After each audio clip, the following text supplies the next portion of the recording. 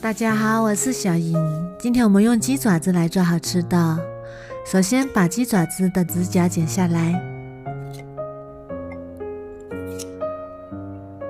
全部都处理好之后，冷水下锅，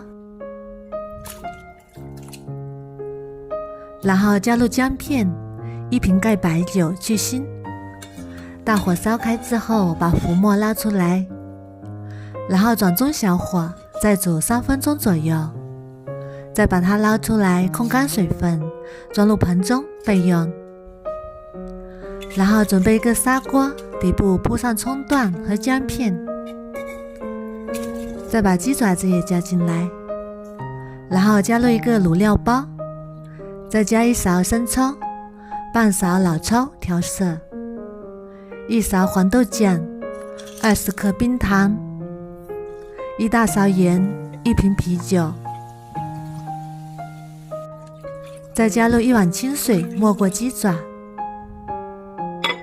然后盖上盖子，大火烧开之后转小火煮40分钟。时间到，我们打开看看，哇，好香啊！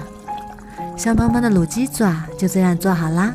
这样做的鸡爪清淡不油腻，而且做法也是非常简单，凉着吃或者是热着吃都非常的好吃。如果你喜欢也试试吧。喜欢我的视频就关注我吧，谢谢您的支持。